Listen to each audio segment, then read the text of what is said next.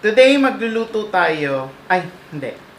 I-share ko kasi alam ko sangkatutak yung mga relief goods na natatanggap natin ngayong panahon na to dahil nga, hindi tayo makalabas and the government is giving us relief goods, yung mga kailangan natin, essentials, everyday, yung mga kinakain natin. So, hindi tayo makakilos masyado and alam ko na isa sa mga pinamimigay na relief goods ay sardinas. Ayan. So, alam ko at sawang-sawa na kayo at buryong-buryo na kayo na laging sardinas at noodles na lang ang kinakain ninyo. So, baguhin naman natin. Paglalaroan natin siya in a way na gagawa tayo ng recipe out of sardinas. So, samahan niyo ako ngayon dahil ngayon magluluto tayo or gagawa tayo ng burger patty out of sardines. So, tara na. Nandito na ako ulit at magsisimula na tayo. Samahan niyo ako, magluto na tayo or gagawa na tayo ng ating recipe for today. Ako po si Jesi and this is my kitchen.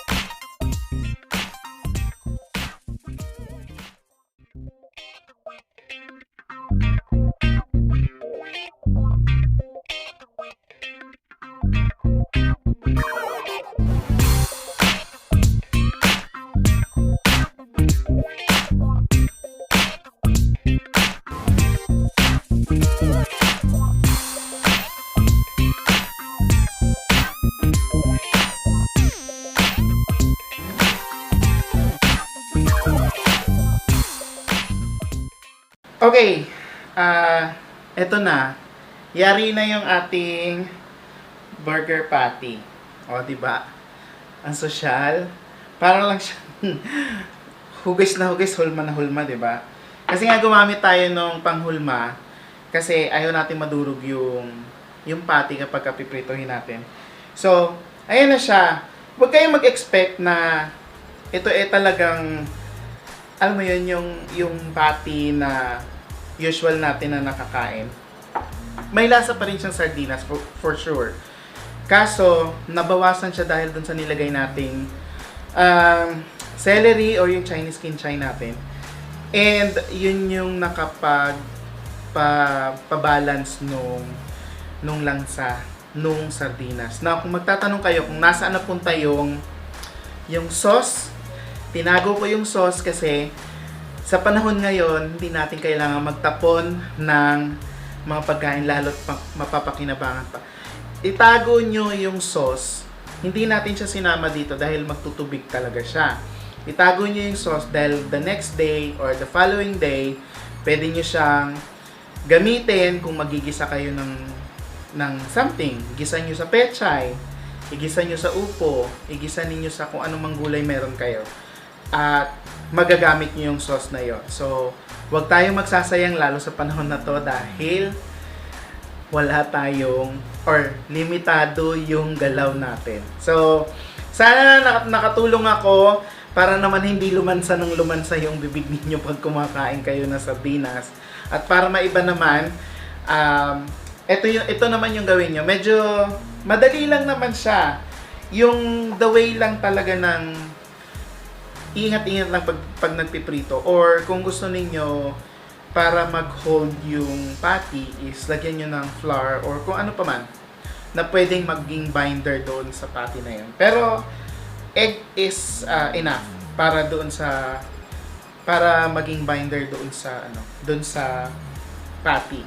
Maraming salamat po dahil po dito sa YouTube nakatulong po ako nakakatulong po tayo na mag-abot kahit kaunti sa mga mas nangangailangan pa sa atin. So, maraming salamat. Utang ko po sa inyo lahat ng mga nangyayari dito sa aking YouTube. And just subscribe to my channel, and if you like this video, just click on like.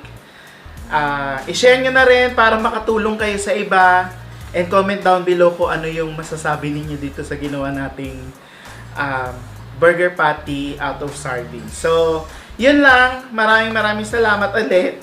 And magkita-kita tayo sa next video. Ako po muli si Jesi. You guys have a good day. God bless. Bye-bye.